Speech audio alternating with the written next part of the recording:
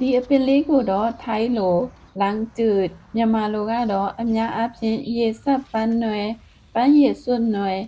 အရွက်တောင်တစ်ချက်လို့လည်းခေါ်ကြပါတယ်ဆေးဘက်ဝင်တဲ့အပင်တစ်မျိုးဖြစ်တာမို့လို့အိမ်မှာစိုက်ထားခဲ့ပါတယ်ပြီးတော့ဒီအရွက်ကအဆိပ်တောက်တွေကိုဖယ်ရှားပေးတာမို့လို့ခန္ဓာကိုယ်ထဲမှာရှိတဲ့မကောင်းတဲ့အရာတွေကိုဖယ်ရှားပေးပါတယ်ဝက်ချံနဲ့တင်းသိပ်ကိုလည်းသက်သာစေတယ်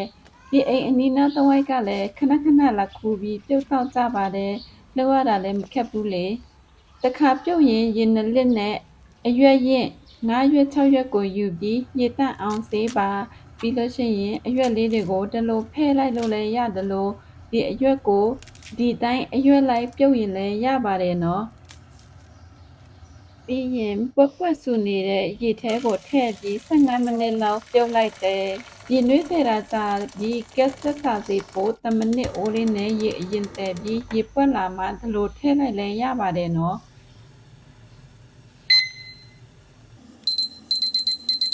ပြီးရင်15 မိနစ်လောက်ထပ်ကြိုပေးပြီးရင်ရပါပြီ